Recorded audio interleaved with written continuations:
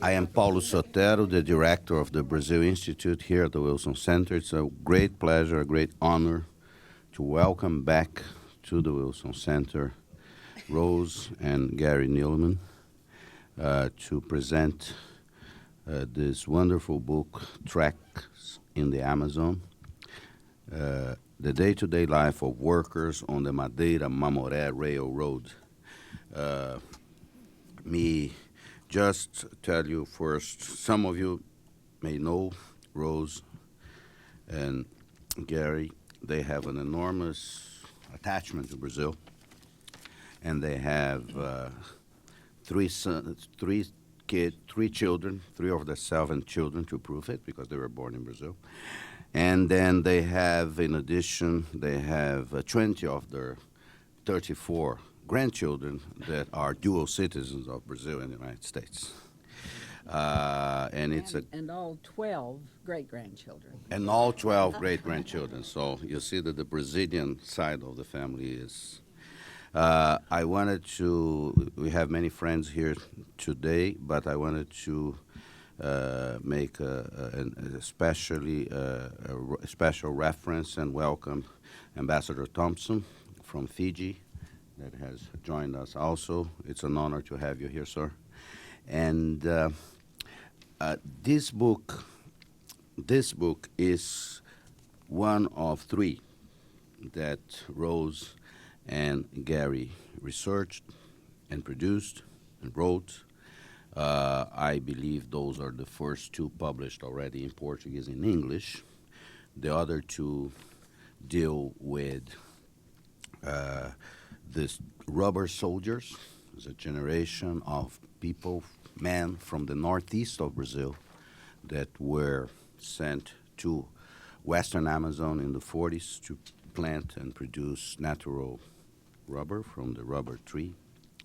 Actually, one of them was the father of Marina Silva, who is a vice presidential candidate in Brazil, former Minister of the Environment under President Lula, and a very important national figure in Brazil.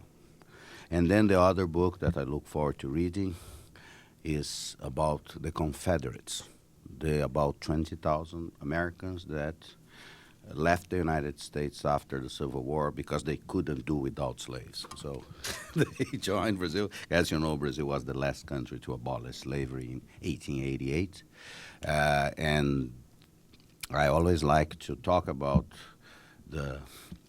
that group of Americans that, thank God they did. They found their way to Brazil, because among them there is one of the best pop singer ever in Brazil, Rita Lee. She is from that, a descendant of Americans, and she looks like an American, the stereotype of an American.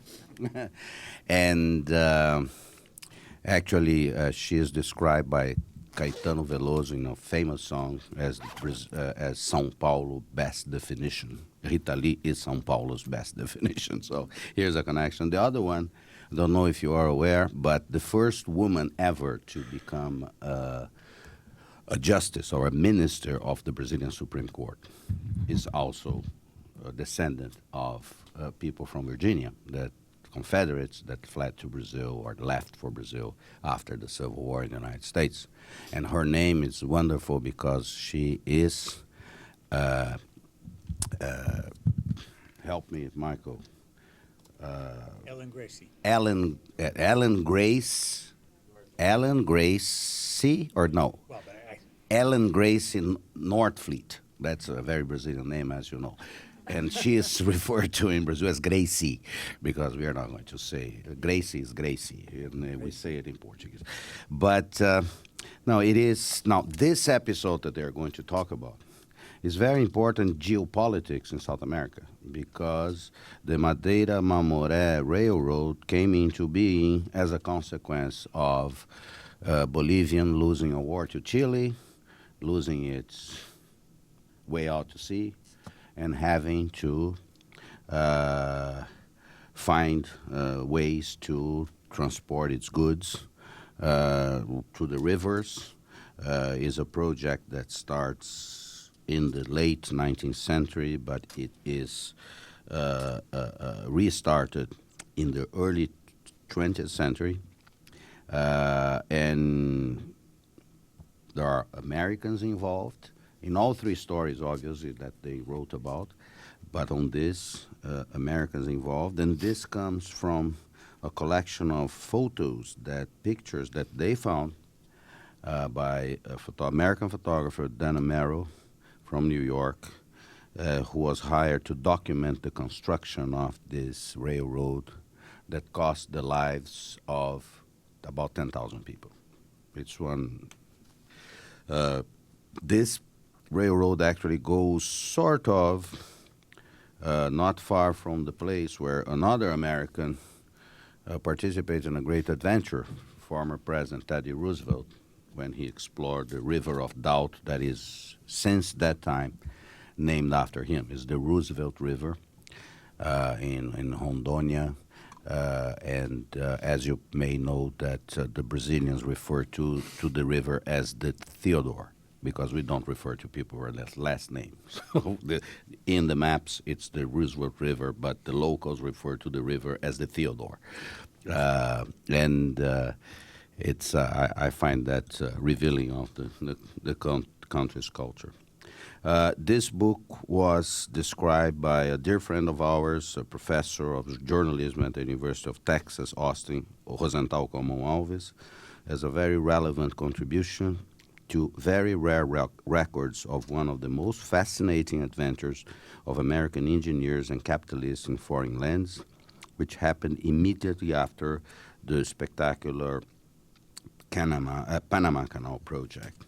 So with that, and I would again like to welcome both Rose and Gary back to the Wilson Center and ask them to make the presentation. Thank you. Thank you very much, Paulo. The only thing I'd add to what Paulo said is that all three of the books are all about United States and Brazil's relationship with each other, and that's what makes them so important.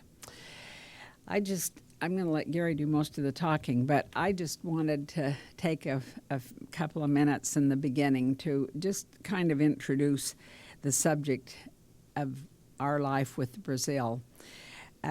We were actually met when we were still in high school, and those of you that know much about the Mormon Church know that one of the things young people do is go on a mission. And so when Gary was called on a mission, and you don't choose where you go, I was hoping for Hawaii or someplace you didn't have to learn a foreign language, maybe Denver or something.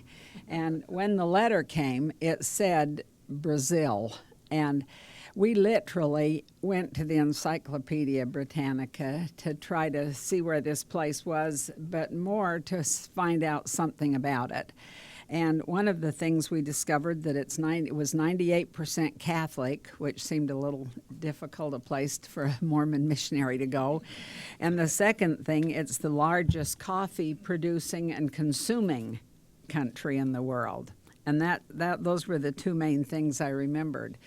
And I might just tell you that when they say 2.5-year mission, it means nearly 3, because in those days it was by boat, and they didn't even start counting it until you got into the country. And so I waited impatiently for him to return, and we were actually married 13 days after he got home. I had the invitations all made out, but I just had to see the whites of his eyes before I put him in the mailbox. And then when he got off the plane, and he did fly home, he was one of the first missionaries to fly home. When he got off the plane, the first thing he said is, "Will you go back to Brazil with me?" And I said, "Oh my heavens, you just got here." And he said, "But I'm not finished with Brazil yet." And so 16 months later, we were back in Brazil.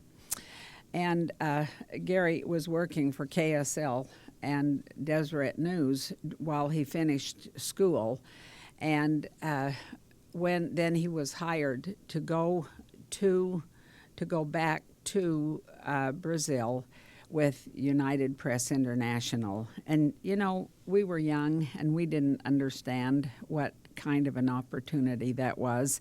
Usually a man works his whole career and then gets the plum of going back as a foreign correspondent.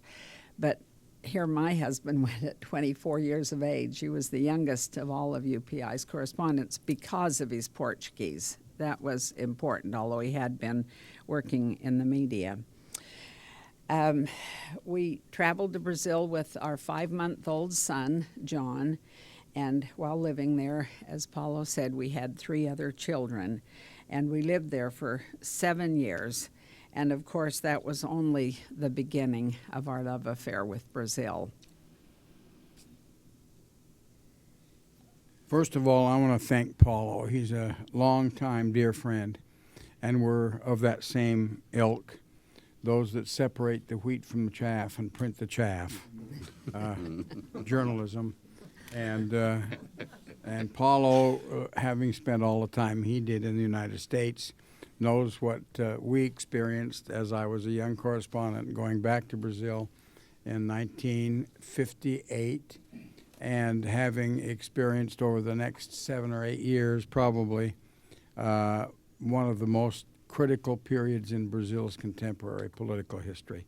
I traveled with Juscelino. I traveled with Carlos Lacerda. I traveled with most of the prominent political figures there, and in the process of getting to know the Brazilian people and knowing their leaders and knowing the people themselves, became so enamored with Brazil that I couldn't get it out of my soul. And so we've been back and forth to Brazil every year since 1958, maybe 3 times a year, 4 times a year. And in the process, we've stumbled on so many wonderful stories and had so many wonderful associations with so many wonderful people that Brazil is the most important thing, has been the most important thing in our family.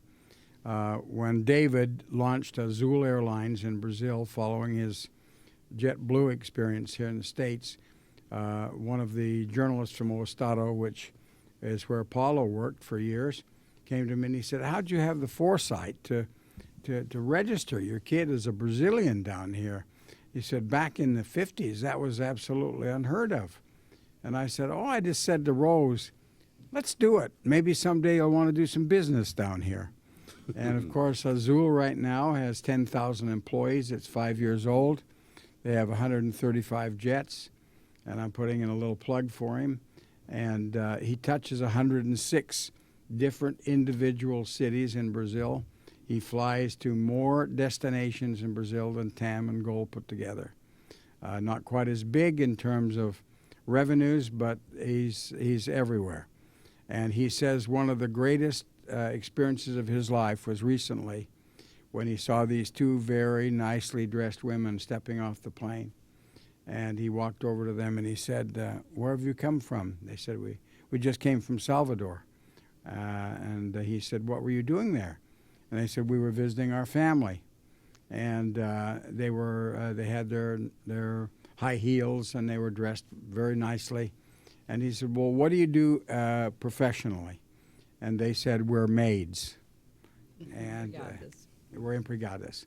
And David said, that was what made it all worth it for me.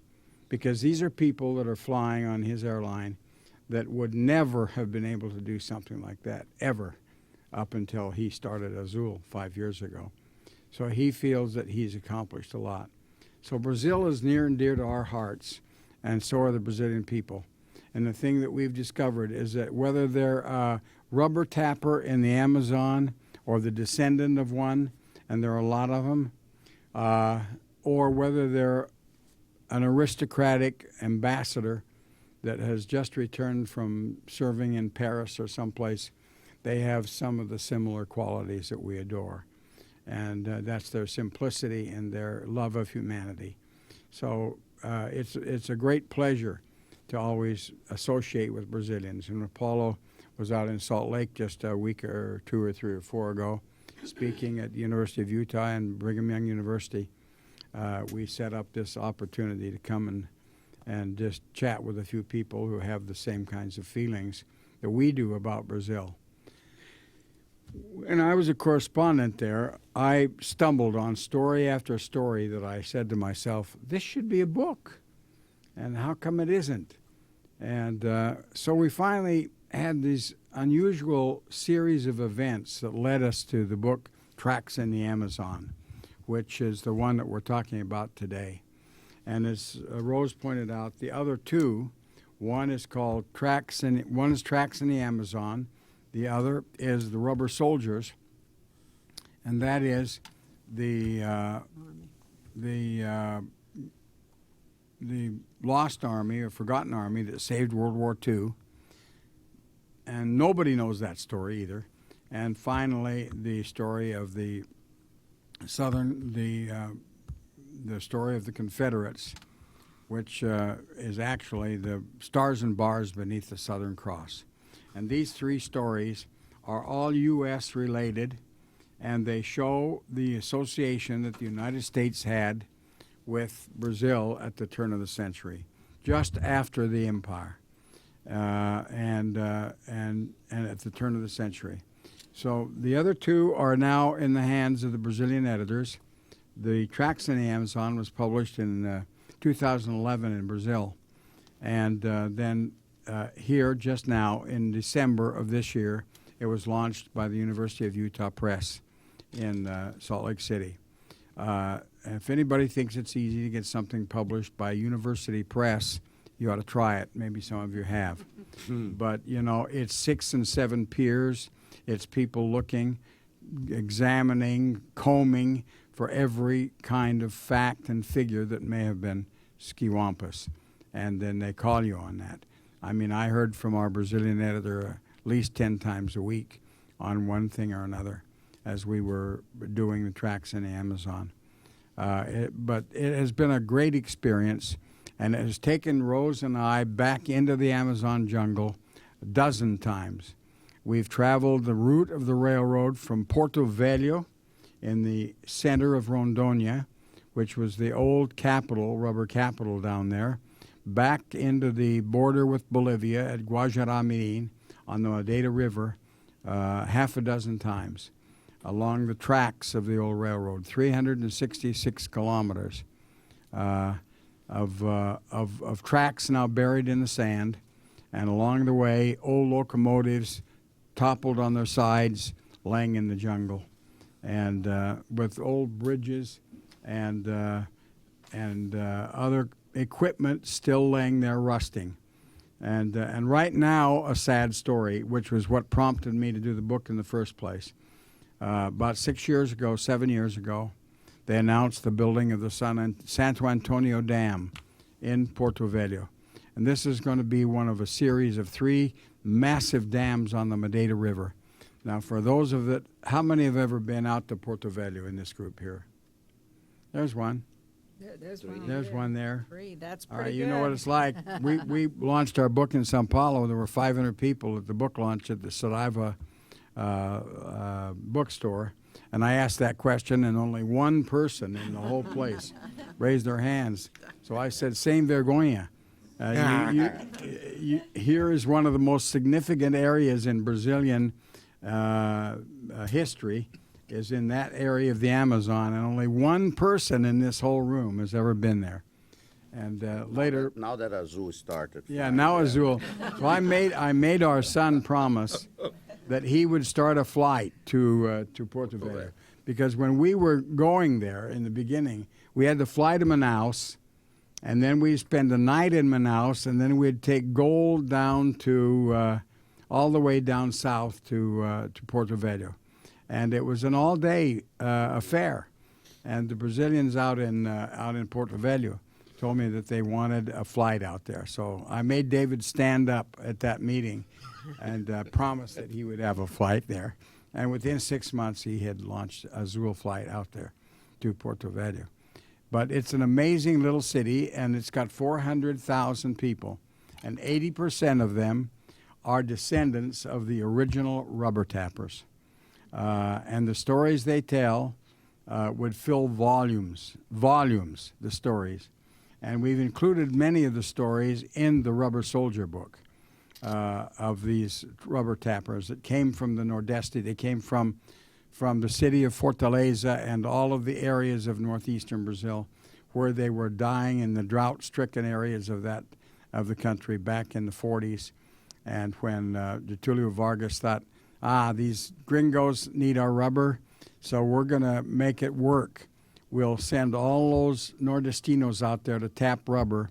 We'll fill up the Amazon with Brazilians so that we do have a claim on that area of the jungle. And at that time, it was being eyed by a lot of other countries. A lot of people thought, the Amazon can't be all Brazil. It has to be part Peru. Spain wanted a chunk of it. Everybody did. But Getulio was a very clever old duck, and he decided he was going to put that claim out there by filling it up with these rubber tappers. And the poor buggers went out there. They estimated 65,000 rubber tappers went out there. And they were transported by American warships. Very few people know that story, but we've got pictures of warships going 1,700 miles up the Amazon River, carrying those rubber tappers up there and bringing rubber down from the areas of Porto Velho, Rio Branco, and into Manaus, and then on into the Atlantic and over to the United States. And so this is an amazing story, which is the second part, but the railroad story tells that story in part about how the train was then designed by a guy by the name of George Earl Church. And to show you the persnickety way our editor looked at it, we called him a Confederate colonel. She came back and said, no, George Earl Church was a Northern colonel, and she found him in Mexico. The Bolivians found him in Mexico. They contracted for him to come in 1867 to build this railroad so that it would carry Bolivian products down the railroad to Porto Velho, where they could reach a deep water port on the Madeira and send it on these products, wood and all kinds of things. At that point, rubber was not an issue, but send it on out to the Atlantic. And so George Earl Church went in there in 1867, and of course he had support of the emperor, and he started to build that railroad. So we found that immensely interesting because our railroad in the United States, our transcontinental, was not only built and finally the Golden Spike driven in 1869 in Promontory Point, Utah, which is just 40 miles north of Salt Lake City. But at the same time, the great book written, Nothing Like It in the World, if you haven't read it, read it, tells about railroads. It was the Confederate veterans that built, in large part, that railroad. They learned how to traverse the mountains and build trestles and cross bridges and so on. And that's exactly what these guys did. So a lot of the Confederates that went down there to relocate after the Civil War actually worked out on that railroad. And among them was a guy by the name of Oscar Piles, who was an engineer, a very important person in the Americanas colony in the interior of Sao Paulo. Now, for those that don't know, many do, but in the interior of Sao Paulo, 80 miles from the capital, there is a little town called Americana. And there's a cemetery there called the Cemitério do Campo. And there are 1,000 graves of Confederate soldiers and their families buried in that cemetery. And every 3, 5, 6 months, they have a phenomenal, and have had for many years, picnic, which is their traditional picnic. They're waning that because a lot of these people are now getting too old. But in those days when we lived there and had our young family there, that's how we got involved in that in the first place, is that I met a girl who spoke Portuguese and English with a southern accent. And all the people around in the interior of Sao Paulo, in Piracicaba, and all these areas have this funny accent that all other Brazilians make fun of, you know. Right, Paulo? Yes. And nobody knows why. The reason is because these Americans impacted that, they influenced that area. And so in some of these little towns and cities where these Americans, the Piracicaba, they had a wonderful university there. The Americans established Mackenzie College in Sao Paulo. Everybody know about Mackenzie, one of the fine law schools in Brazil. The Hospital Samaritano, where three of our children were born, was Dr. Joe Blaine. He founded it. He was a descendant of the Confederate colony. They brought in the Georgia rattlesnake watermelon as seeds in the overall pockets of a Georgia dirt farmer. And they planted them, and today, why that little striped watermelon in Brazil is the most delicious watermelon in the country. That was all started by the Confederates. They brought in the plow.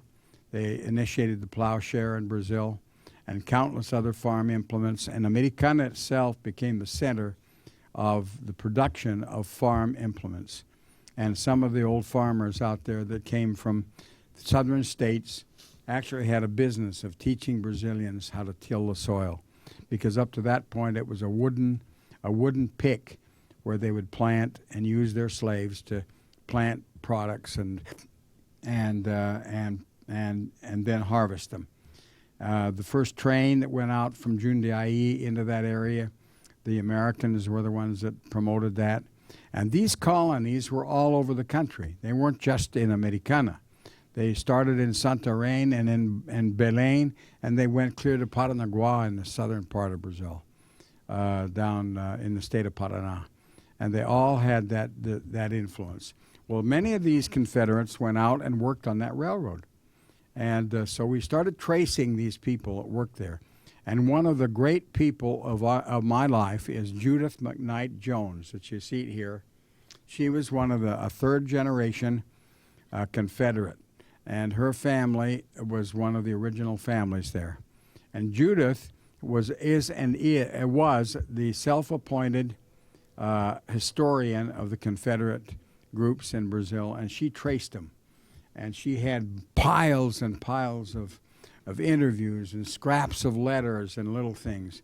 And so when I wanted to find out about that colony, and from that little girl that I met in Sao Paulo, and she said, "You've got to meet my cousin, Judith," Rose and I jumped in our 49 Hudson Hornet, which is now the one playing the role in Cars.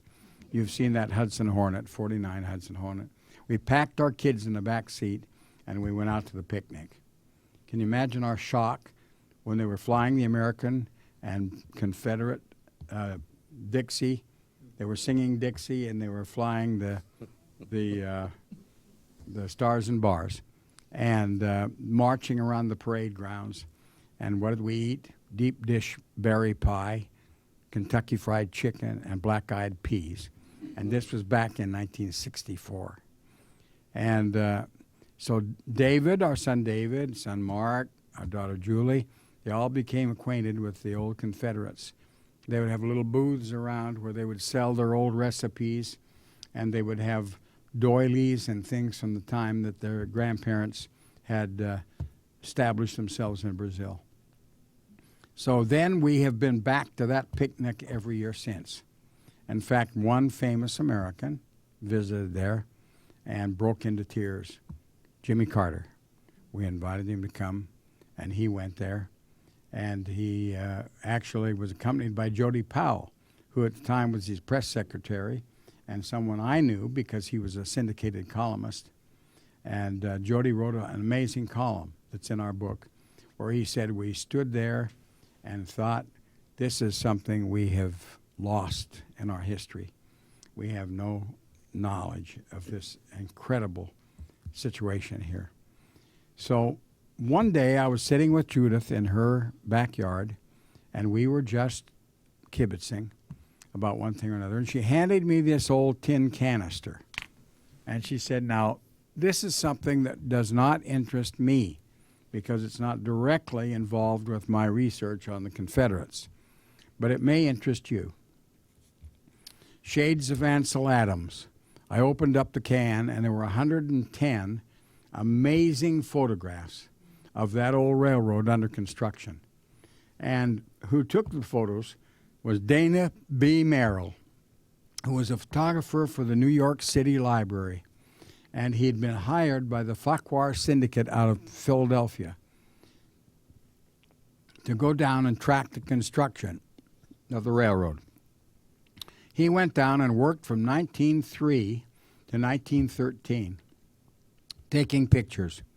He took over 5,000 pictures.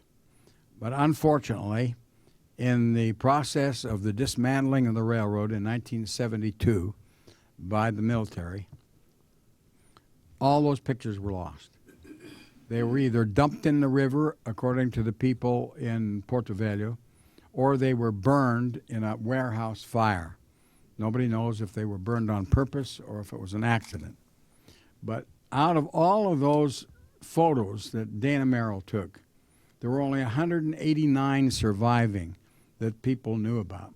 There were a couple of dozen of them in the museum in Rio, in the São Paulo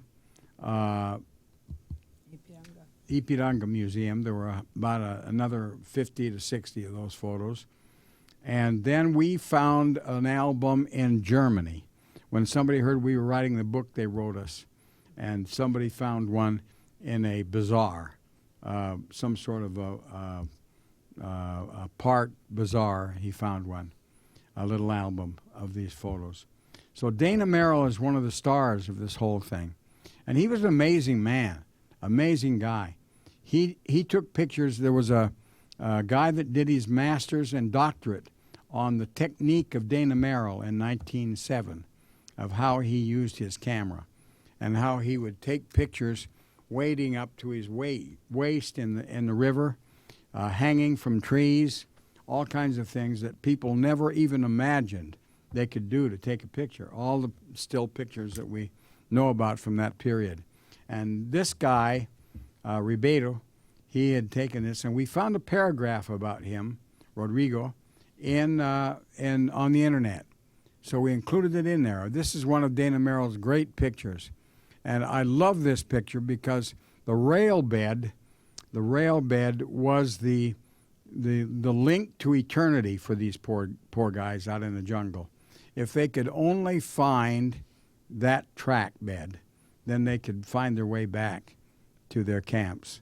And so this was 53, and we had this. This is on the cover of the original Portuguese version of our book, but they had to lay those ties, and they brought in the wood because the native wood would be subject to insect erosion and termites, so they had to bring all that in. So every single piece of that railroad, of consequence, the rails, the wagon, the rolling stock, the engines, all came from Philadelphia, Pennsylvania. And they came up 1,700 miles up the Amazon River in steamships.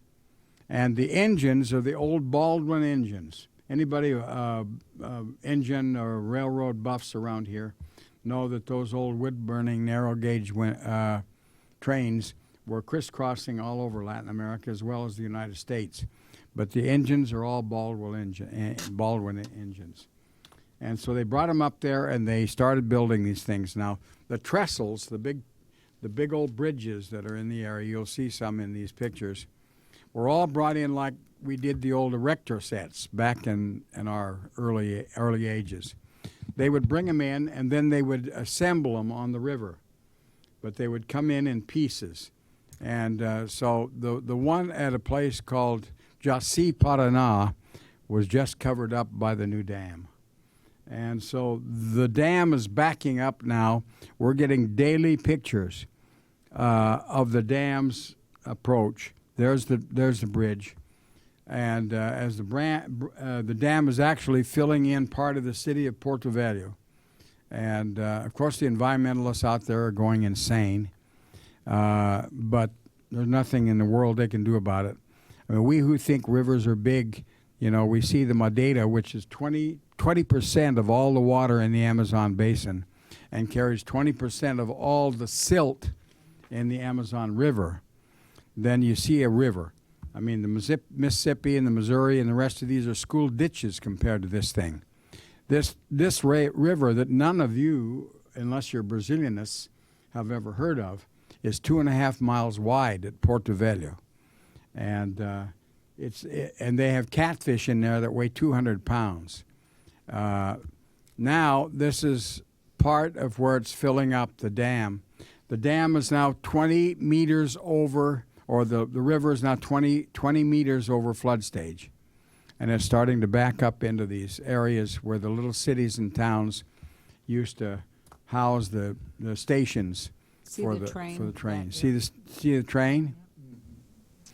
So the towns like Jaci, Paraná, and the rest of them along the riverbanks are now being covered with water. Sad story, sad commentary. When we first arrived there 7 years ago to begin the research on the book, we went to the rail yard in downtown Porto Velho.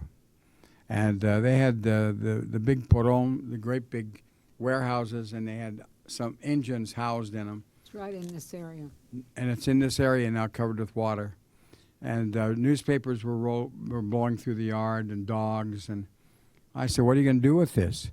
And they said, oh, the mayor's going to build some condominiums here. And so I got on the radio, and at the risk of my own salvation, I railed the mayor.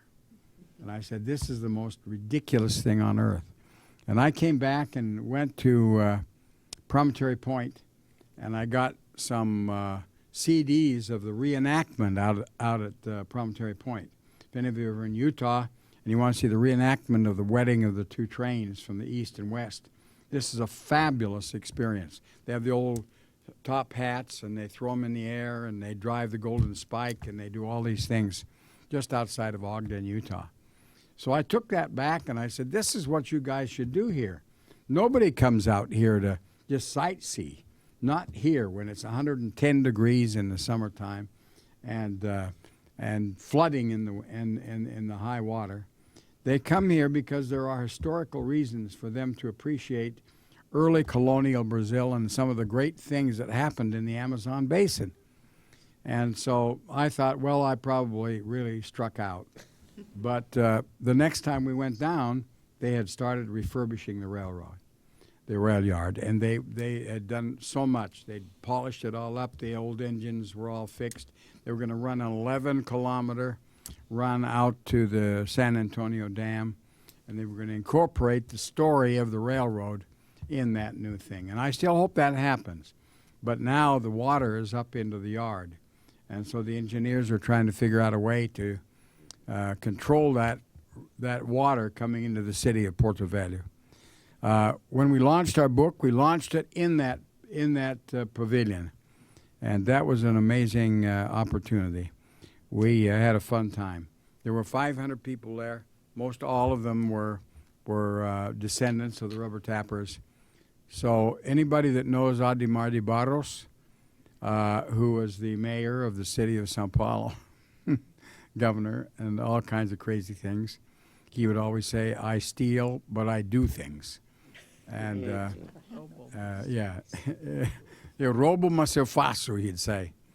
And so I used his style as I addressed the rubber tappers. I said, ladies and gentlemen, I'm not a rubber tapper. I'm not even a descendant of the rubber tappers, but I am the friend of the rubber tappers. And they went absolutely nuts, threw their hats in the air. Yeah, they were signing everything we had to sign. Most of them couldn't afford to buy the book. It was 35 real. And so what they did was sign paper, ask me to sign papers for them in rows. They were so thrilled that somebody had recognized the fact that they were there, and that they had sacrificed thousands of their kin in tapping that rubber for the U.S. war effort. Out of the 65,000 rubber tappers that were sent out there by Getulio Vargas from the states of the northeastern states, 26,000 of them died in 4 years of malaria and yellow fever. In the construction of the railroad, in that first 5 kilometers of the railroad in the heart of the Amazon, 10,000 people died. because they didn't know what malaria was. And at the time, quinine had not yet been discovered. It was the Brits that found the chochona tree, which grows alongside the seringa, which is the rubber tree that the Brazilians used to tap the latex. And they took it back to Kew Gardens, and they developed the chochona, which developed the quinine, which literally curbed malaria worldwide. And so if these guys had not had it, at one point, as we point out in the book, at one point they imported more refined quinine to treat their railroad workers in one time shipment more than any time had ever been in history. More quinine at one shot. Rhodes had one thing up there, which was the first telegraph that was developed in Latin America. Let's just show him this first. This is Percival Farquhar. This is Percival Farquhar, who was the head of the syndicate out of Pennsylvania, that finally signed a contract with the new Republic of Brazil that he would finish that train in 5 years. And he pulled every stop. He brought in workers from Barbados. He brought in workers from Panama. He brought in workers from everywhere. And he did finish it. In 1913, they drove the Golden Spike at Guajará-Mirim to finish the railroad. This will show you how wild the water was. They built the railroad around the rough water.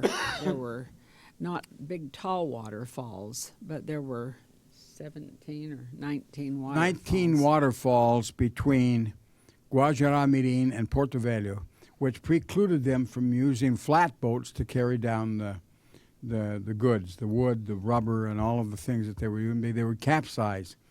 And so this was before rubber became the big essential. But when Henry Ford turned the world upside down with his Model T Ford, and millions of rubber tires had to be manufactured, they needed that latex. And Brazil was the only source of latex in the whole world. And so that's when the train became extremely critical and started hauling the rubber out of the Bolivian and the Brazilian jungle down into Porto Velho and then down to Manaus, where it was then processed, a lot of it, and then shipped back to the United States and Great Britain. But the most important thing was that they had to develop communication system. This was the first telegraph that Dana Merrill took this picture, the first telegraph station in the Americas. And they tell the story, which we tell in the book, of some guy that had stolen things from his roommate and jumped a boat and was heading down the Amazon down to Manaus. And he thought he'd made a clean getaway. And they telegraphed Manaus, and when the boat arrived in Manaus, the sheriff was waiting for him at the dock, and he could not figure out how that happened. And that was because they had developed the telegraph. But to show you how far, we're not that far afield, when I went to Brazil with United Press in 1958, we were still using Morse code to transmit news into the interior of the Amazon from Sao Paulo. We'd take it down to the local post office, and they would Morse our beamcasts out by Morse code. So then, from then until that point, it was not that far away. But it's an amazing engineering feat that Teddy Roosevelt, when he visited there in 1901 and saw the railroad under construction since 1867, he said this is one of the most amazing engineering feats in U.S. history. At that point, Teddy Roosevelt contracted malaria. And he later came back, and if you haven't read The River of Doubt, you've got to read The River of Doubt, because he and his son, Kermit, went back down there with Rondon, the Brazilian military leader, and that's why they called that state Rondônia. But he then went back. But he died at the age of 61 years old, Teddy Roosevelt, from the malaria he contracted when he went in to see it. Now that thing there was an anteater. the animals. What? This is Roosevelt with Rondon. This is Roosevelt with Rondonia, but you saw that other one. We've got pictures of, we have pictures of animals there that are the most amazing things. One night, Dana Merrill was walking down the Strat. He was there in one of the camps. They had camps all along the rail bed, clear down to the middle of the jungle. And they would have to feed those camps and communicate with them through the Morse code. And then they had the way that they could transfer the food and medicines down the line. And one night, Dana Merrill was at one of those camps, and he decided he had to go back to the base camp to get some medicines. He had some. This is an anteater, by the way. They call it a tamandawa. And so he started down the track, but he left his pack and his gun because he had to move quickly when he sensed that something was coming along the side of him in the jungle. And so he threw dirt clods, he screamed, he yelled. But the thing about it is that he finally got back to the camp, gasping for air, and went to bed. Next morning, a Spaniard who worked on the railroad shot this giant jaguar. And we have a picture of this jaguar that he shot that had been stalking him all the way down. And this is most amazing photos that he took of these animals and other things that were in the jungle at the time. And he was courageous. He would go out and work with the workers. There it is, right there. You find it? There it is. The jaguar. But they ate all kinds of things. We talk about the things they ate on a day-to-day basis. The wild boar, monkeys. They would fish. They ate these giant alligator eggs. They the fish that they had to be careful of is if they're swimming. They had catfish that would eat them, literally big enough to grab them and haul them down. 280 pounds. They had one that they had caught there. It's just unbelievable to see the magnitude of the rivers and the jungle in that part of the world. And I think that so many of us take for granted the things that we've got in this country, and we think that we're the best there is. But I'm telling you, you must live the Amazon. We were out there in Guajará-Mirim, and Rose tells this story better than I do, but I want to tell it quickly.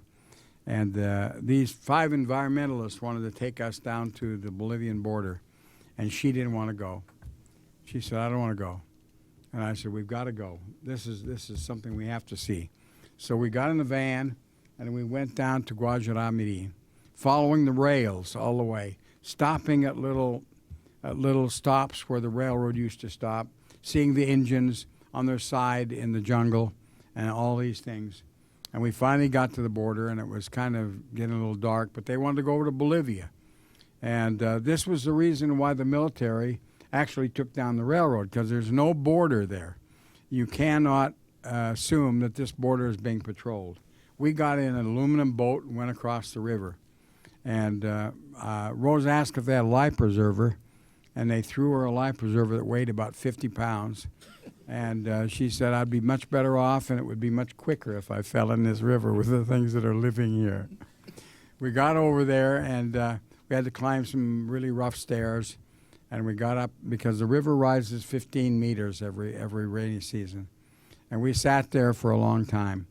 And then we got ready to go back, and we got back across the river, and we got in the van, but it was quite late. Now, they're building the dam out there, Santo Antonio. So these huge trucks loaded with cement blocks and rails and everything you can think of in the construction of the dam are thundering down the road. And so there's that concern. You got in there, and it was dusk. It was about 5 o'clock. And we started rattling back up the rail line. And all of a sudden, we hit a big chuck hole and blew out all the electricity in the van. And we pulled off to the side, and we were sitting there. I opened the side of the door, and I could hear water rushing. And one of the guys inside said, you know where we are, Gary? And I said, no. right where Dana Merrill saw that big jaguar. And so we had three concerns. One, the animals that were in the area. Two, we were concerned with the insects that when I opened the door, the van filled with a blue cloud of mosquitoes and gnats and every other kind of thing. And of course, three, we were also afraid of these big trucks that were rumbling down the road and going 6 inches past us down the road.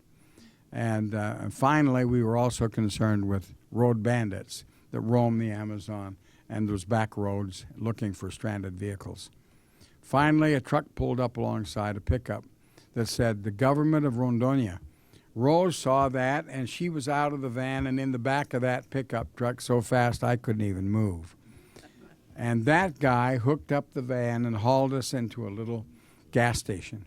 And then we went on into Porto Velho and it left the rest of the people at that place till the next day. Marconi I Gas. guess the one thing that I don't want to leave out is that in this old tin canister, we found 10 copies of the Marconigram. These were newspapers, near and dear to my heart, that were written for the people that worked on the railroad. And it was from the study of those newspapers we were able to write the captions on 95% of all the photos in the book, because the stories of the photos were actually printed in the Marconigrams. Now, when we took them to the University of Utah Rare Collections Department of the Marriott Library, they could not believe that those newspapers had held up for 100 years.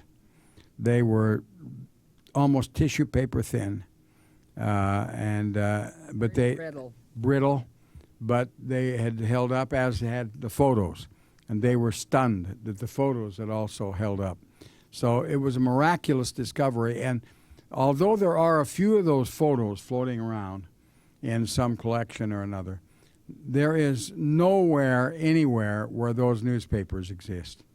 They are now in the library, the Marriott Library at the University of Utah, and they are available for study and for scrutiny. And so they're available. But those were an absolute golden find, because from those papers that we read very carefully, and they're reprinted in the book. They're in the back. They're in English, because the people that worked on the railroad were Americans. And Administrators. the administrators were. Although in the Porto Velho Cemetery, there are 52 nationalities that are buried in that cemetery from all over the world. We talked to an anthropologist there that had gone in and excavated in that cemetery and found rings and bracelets and things that indicated that these people were from 52 different countries. So, Well, that is a very quick resume of the book, of how we came to get it done, and it wasn't easy. If you have questions, I'd be happy. yeah, thank you very much, Rose and Gary. Just before we open for questions, I'll have one clarification. You showed the picture of the locomotiva with water around it. There was a flood recently. I just wanted to clarify. Is this water that you showed surrounding the locomotive, is this of a seasonal flood, or is this of this as a result of the Santo Antonio People dam? there say as a They result. were only going to have the dam go up as far as seasonal, but it's Miscalculation, and so they say it's 15 it's up 20 meters, more. so it's up 60 feet. The So of dam is- course and it's everyone's now saying they flooding, and everybody's saying miscalculated. that Yeah. it was a miscalculation. This park should not have been flooded. Yeah, because this was front page news in Brazil about, 3 or 4 months ago. Oh, yeah. Yeah, This, it says. this picture is from O Estado de São Paulo. Yes. Now, questions, comments? Yes. Identify yourselves for Rose and Gary. So, Thank you very much. My name is Ed Verona, and my wife is from Bolivia. I've worked in Brazil with John Pilomeyer when I was at the U.S. Embassy. I've been to Guajaramarim. I have not been to to Porto Velho, but I have seen the station. Guajará-Marín on the Bolivian side. On the Bolivian side. Guajará-Marín. Guajará-Marín on the. It's easy to cross over, as you Guajará-Marín. pointed out, and there is that very poignant train station. The only trace that I could see of what was left. That's it. I did want to ask you about, and thank you for a wonderful exhibition. Thank you for being chroniclers of this marvelous history, which I think was captured fictionally by Marcio Sosa in Magi Maria. Great, Was great, TV great book. Global. In fact, the engine they used is right along that rail route, sitting up there in the middle of a square. Yeah. Guajará-Marín. Just to complete on Ed's, Marcio Souza, one of the great writers of the Amazon region. Actually, he was with us here some years back, and he made a joke saying that if you people don't start reading literature produced in the Amazon, we are going to cut more trees. So read Marcio Souza, all of them, and Milton Hatun, and all of them. But I wonder if you could comment a little bit. You've referred to the motivation for constructing it was in part to enable Bolivia to gain access to the sea, as it were. But the construction of the railroad was in part reparations, or let's say a compensation to Bolivia Absolutely. for Brazil's, and I'll say this from my wife's side of the family, from Brazil's expropriation of the Acre. That's right. They Purchase. cheated them out. Yes. Could you comment a little bit about that? That was a very artful piece of Brazilian diplomacy. And No, how that was fits that into was this. well done. In fact, the Bolivians then extracted a promise by the Brazilians that they would contribute $2 million to the construction of that railroad if the Brazilians could have Acre. And of course, Acre today is one of the most prolific states in the area. Listen. I know Bolivia, and my wife and I worked in the Partners Program there. And as Dixon here can tell you, we built 117 schools in the high plain of Bolivia over a period of 15 years. And so we are near and dear to Bolivia. We think the world of it. But what makes me very sad is that Bolivia is one of the richest countries in the world, and it has been sadly exploited everywhere.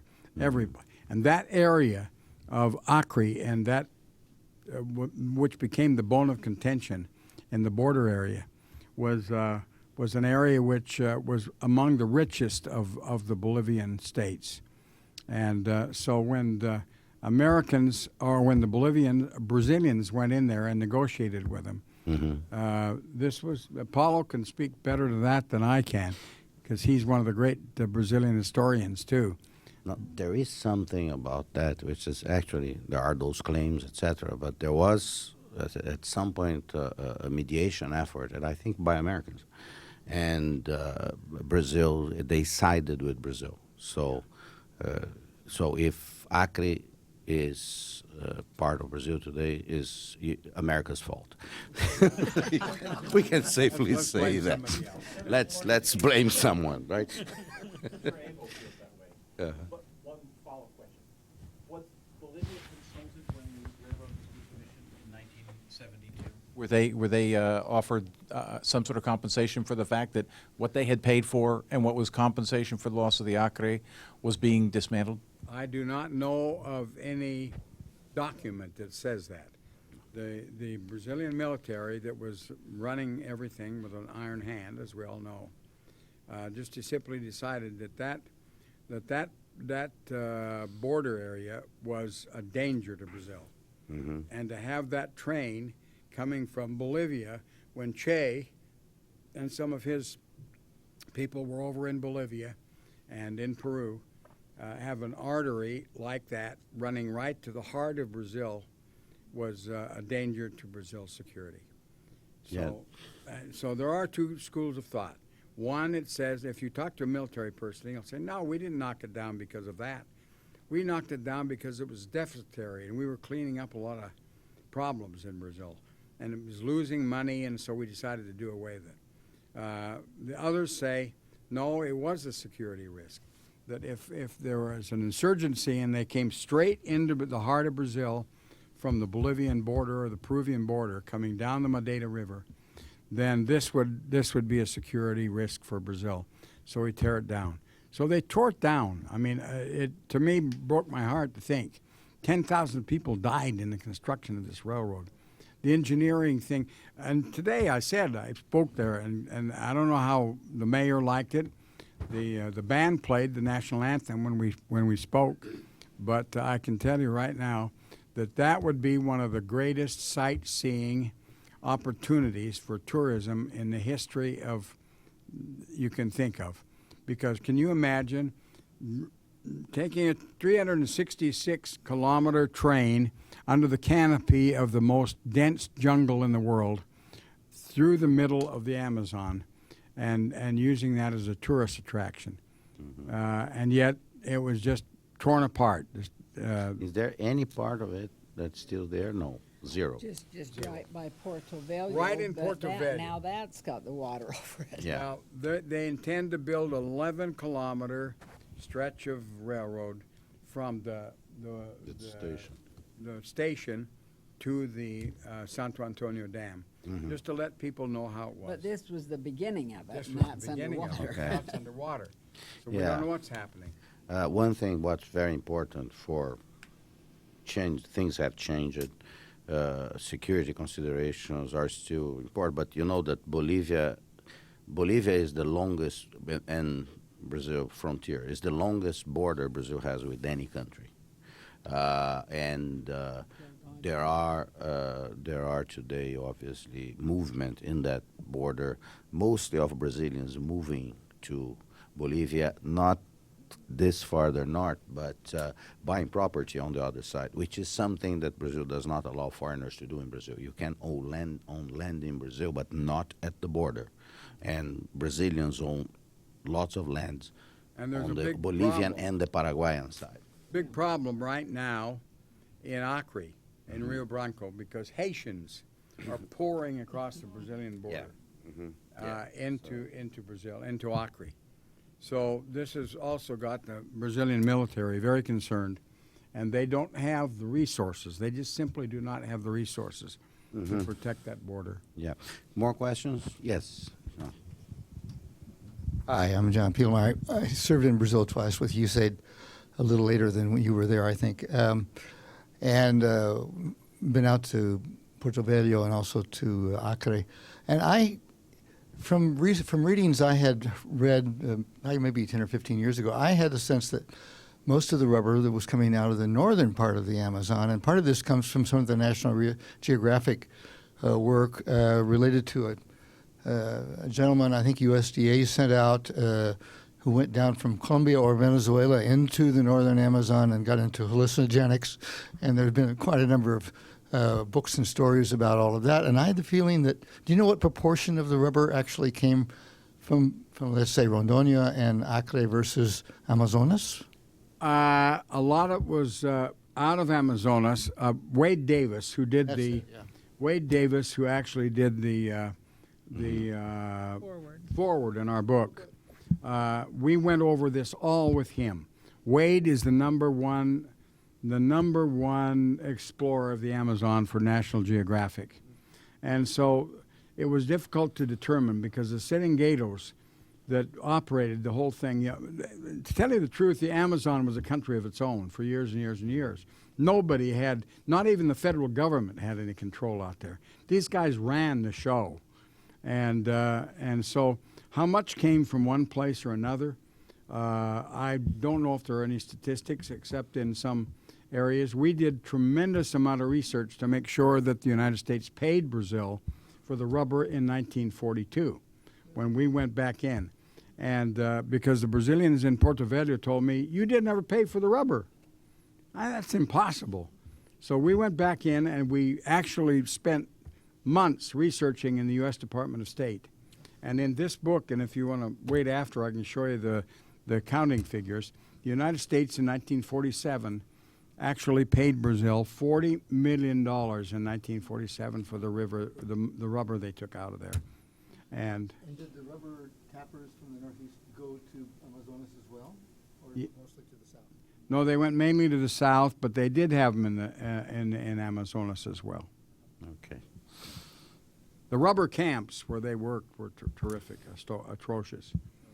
They had terrible problems. You can imagine some of the things, the disease. Henry Ford thought he could make it all happen. He went down there and found out there was another culture there. They didn't want movies and the tennis courts and swimming pools. Questions? Yes, please. I'll speak loud. No. Oh, Okay. Let- I'm Steve Vetter. I'm Yeah. Oh yeah, Steve. Go ahead. with Partners of the Americas, and there's actually a fourth book that they haven't discussed. It's called Precious Memories.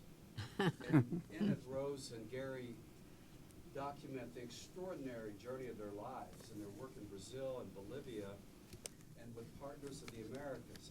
But one of the great stories in that is how Gary, when he was chairman of the board of Partners of the Americas, decided we needed a airplane to really begin moving people back and forth among the Americas, and found out that he could get an airplane from Howard Hughes, DC-6B.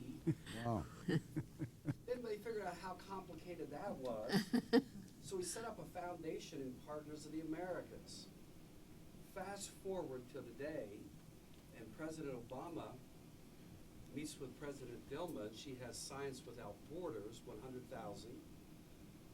Obama counters with 100,000 strong in the Americas and says, but we need someone to put together a public-private partnership to manage this, and they need to have a foundation that can receive and re-grant money. And that's Partners of the Americas. So the work that Rose and Gary have done is just extraordinary. We would not have had that foundation had they not taken all this wild risk and involved themselves so deeply. I simply wanted to share that with you. Yes. Insane things. Walter Mitty stuff. Exactly. Yes. Margaret. You've talked about certain state cities that are interested in preservation and so forth. Can you talk a little bit more about, what is the Brazilian government and other entities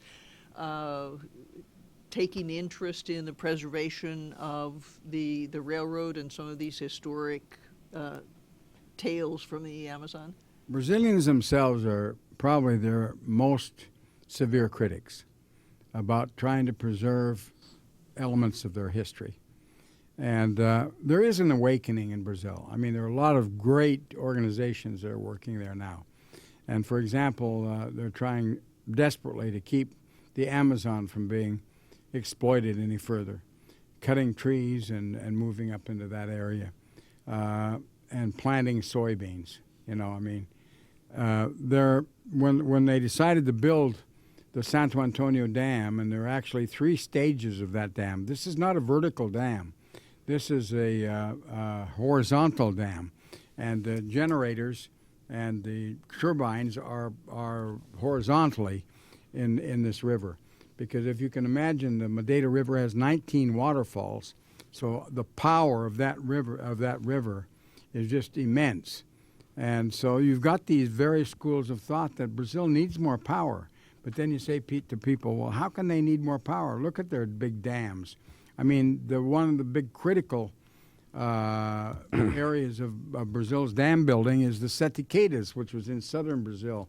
7 waterfalls, the most magnificent waterfalls in the world, are now underwater in the Itaipu hydroelectric dam down there. And so, I would not be able to come down on one side or the other. I do know that in my own experience, there are a lot of environmental organizations in Brazil that are doing amazing jobs. Sebastião Salgado, anybody ever hear of him? Mm-hmm. Well, he has a big farm up in Vitória, and he has been to Utah 2 or 3 times showing some of his amazing photographs. And for every dollar that somebody contributes to his foundation, he plants a tree in the Atlantic forest. Now, if you know the Atlantic forest, you come down the Atlantic coast, 300 miles in from the coast, used to be this amazing forest, which was then just decimated over the years by the settlers and others. It's now being reforested. And so there are organizations that are reforesting these things. The certain animal populations, for the miqueleon, this little bitty monkey that has a face just like a little lion, it was almost extinct. And then people started saying, we can't let this happen. And so now that little monkey is being regenerated. Yeah, and this is a story. Well, I covered that as a journalist, thanks to, actually the last time I saw Deborah Kleiman, an American biologist, who actually working with the Brazilian Forest Service helped to achieve that. I don't know if you know this, but every mico-leão dourado or golden lion tamarin in American zoos belong to the National Zoo here in Washington, to the Smithsonian, because they were reproduced in captivity for the first time here at the American Zoo. So, and then they were reintroduced, and I was there was a little ceremony where today there is the Amazon Pavilion at the zoo, where Deborah and other people sent back the descendants, I think was the grandchildren of the original monkeys that came. There were 11 sets of monkeys that came, and they were reintroduced in a place called Poço das Antas. This is in northern state of Rio de Janeiro. This is one of the positive stories today. The farmers of those those areas are educated to keep corridors of virgin forests so the monkeys can travel, not to disturb that. There are positive stories. There are the fact, for instance, what Gary just mentioned. Reforestation is taking hold, not only in the Mata Atlântica. The Mata Atlântica is growing back. It used to be, it went down to 7% of the original. It looks like now it's at 9% because people not only realize that it's important to preserve the ecosystem, they can make money out of it. And on that, I'm going to give you a plug on another thing that we are working on. It's the University of São Paulo. Yesterday, the dean of the School of Advanced Studies from the University of São Paulo was here for a meeting. We are working with Tom Lovejoy and others. We have a global scholar at the Wilson Center, a former World Bank official, anthropologist from Germany, married to a Brazilian German. Her name is Marita Kochweiser. And Marita is now she's leading this program at the University of São Paulo. We are promoting it also. We actually found the first money to support that program from Alcoa. And the idea is to create a rainforest business school, is to create capacity for people to produce things in the Amazon that will keep it standing. The idea is you have to look at the forest and say, I can make money out of the standing forest. And that's the way it's going to be preserved. And there are hopeful news.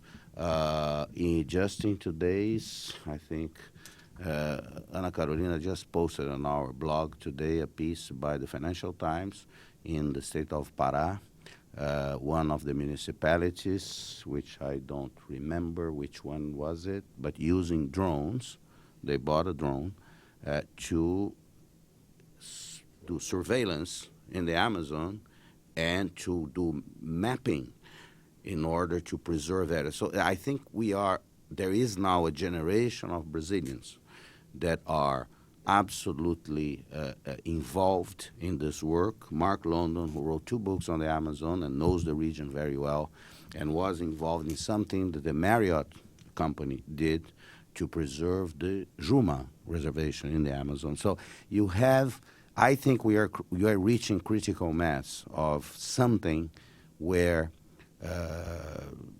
people are aware, and they're much more aware than 1972, when there is the first UN environmental conference, where a Brazilian of the military regime, Costa Cavalcanti, Minister of the Interior, goes to Stockholm and invite the rest of the world to come and pollute Brazil and deforest Brazil because we need to develop. That was the mentality. Okay, in 92, 20 years after that, we had the Rio 92 summit, Earth Summit. I covered that as a journalist. When you still have that battle, actually, I witnessed some of that in Rio because part of the Brazilian government could not stand environmentalists. And today, well, the Minister of the Environment in Brazil is an environmentalist from the environmental movement. Her predecessor, Marina Silva. So there is a change in the perception, mentality and the perception. I think, and people can see value in preservation. Actually, we are going to, and I'm very happy because it happened. Everything happened today. Well, last week we had the news about Alcoa willingness to support the Rainforest Business School. And today I received from the São Paulo Science Research Foundation a proposal to run here a series of conferences on what's happening in research in the Amazon. And again, it's American and Brazilian researchers working together. Is FAPESP in Brazil, which is the University of São Paulo university system, and National Science Foundation in the United States. So although I have been telling people that the Brazilian government and the U.S. government have not missed a single opportunity to screw up the relationship between the two countries lately. What you have is the two societies are finding the way to create those, where the interests lie. And you have, therefore, more and more students, more and more airlines. You can fly to Brazil, I think, today from 10 different American cities. The real societies are integrating, and I believe that the governments have to catch up. And I think this work that Rose and Gary have done is fundamental to remind us that what is happening today it started many years ago. Now, but I would like just to, unless you have other questions. I have one more comment. Yes, sir. Which I think is important, and that is that there's a new Brazilian law which allows tax discounts for people that are writing books about Brazilian history that qualify. Mm-hmm. And so these two new books that we've got fall under that law. Approved under that. So a company that sponsors the publication of those books can actually take that as a tax write-off. Mm-hmm. And we're thrilled about that because that gives History.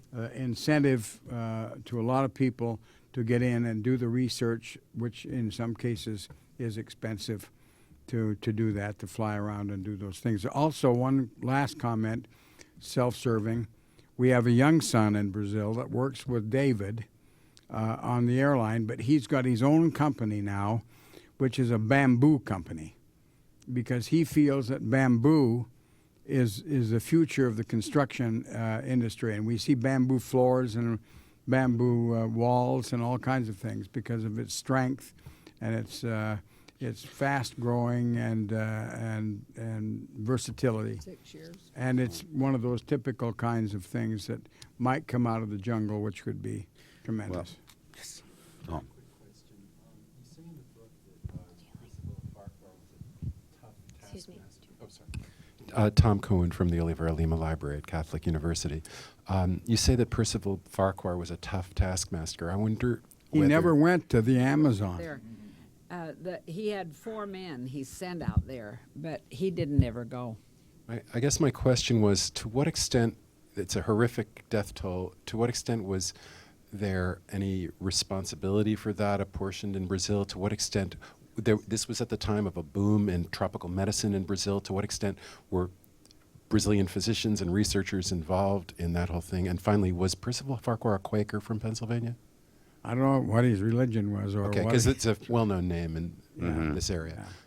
Very likely. He had several companies. He had several companies. This guy was a big railroad builder all over, and he lived in Rio, but he didn't go out into the Amazon. He didn't dare. He had actually overseers that These that 4. Oh, built those the are 4. railroads. Well-dressed people. Yeah, You can this see. was the amazing thing. They would show up in the middle of the Amazon with a white suit. Yes. Yeah.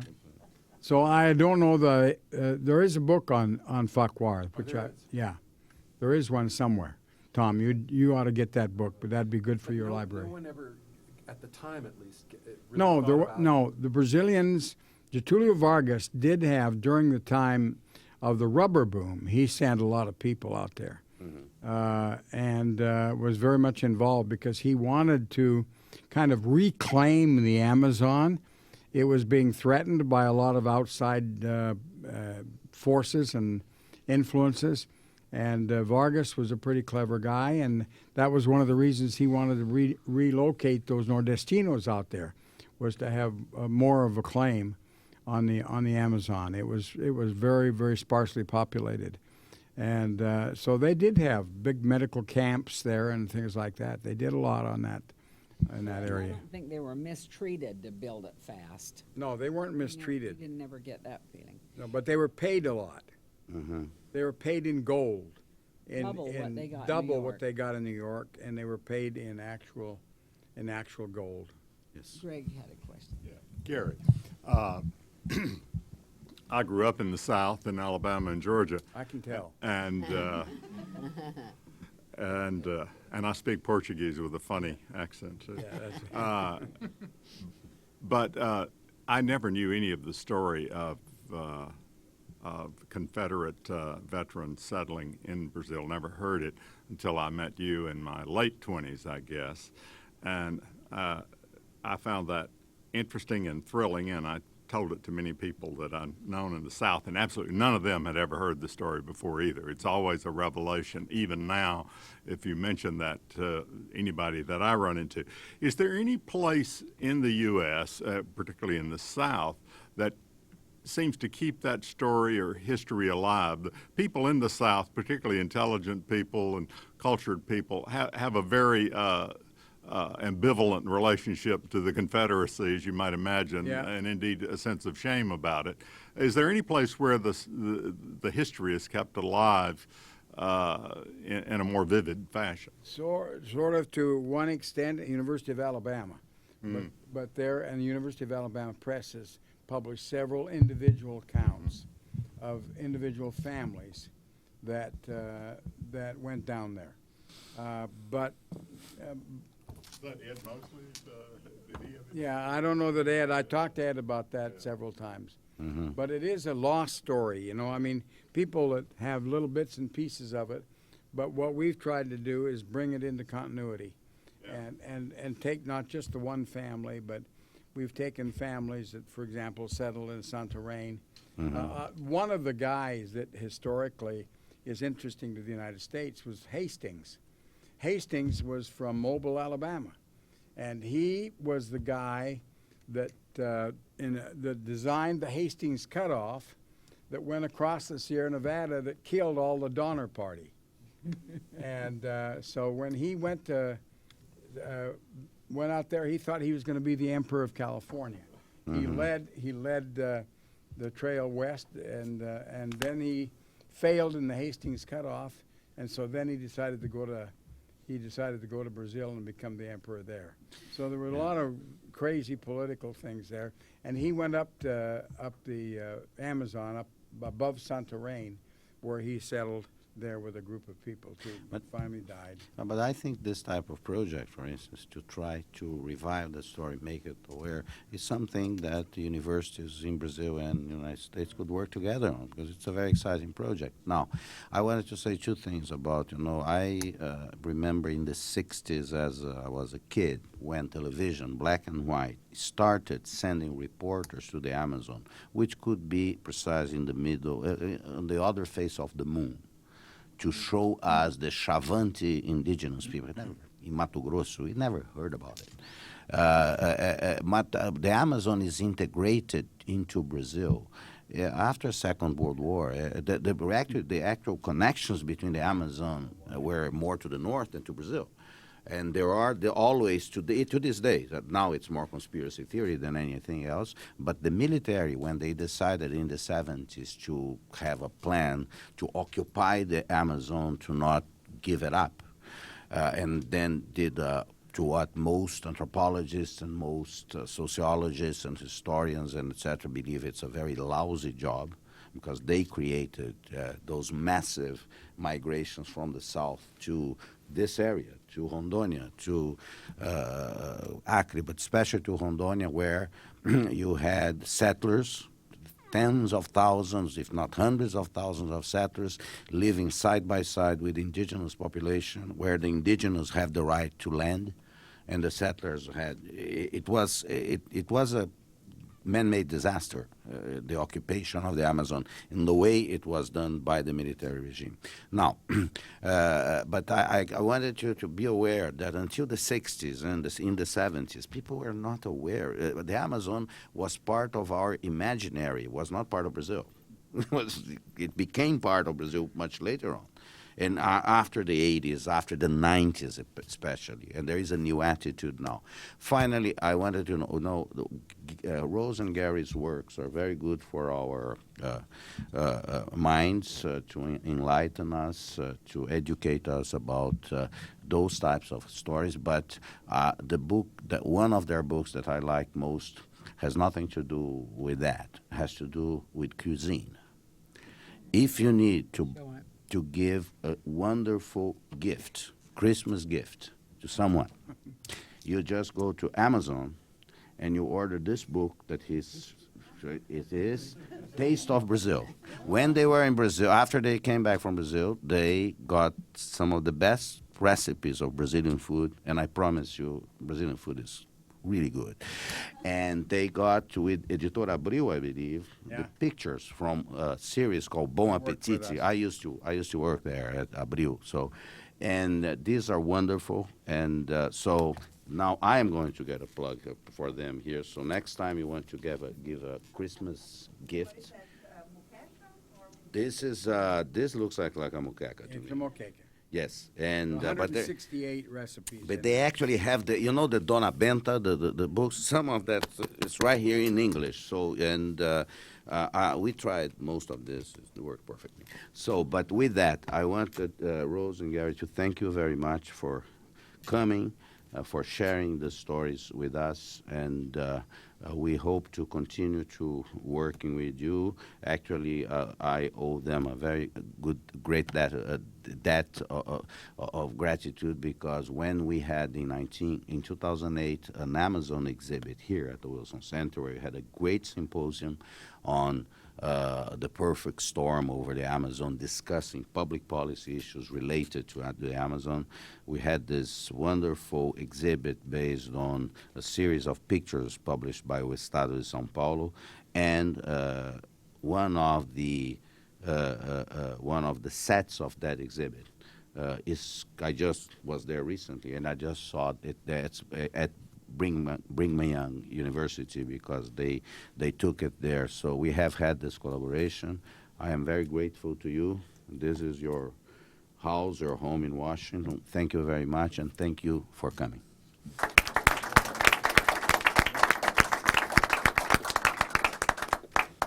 As the bumper sticker says, Brasil é nossa. Esse aqui é o melhor livro que tem. This is wonderful. Thank you very much.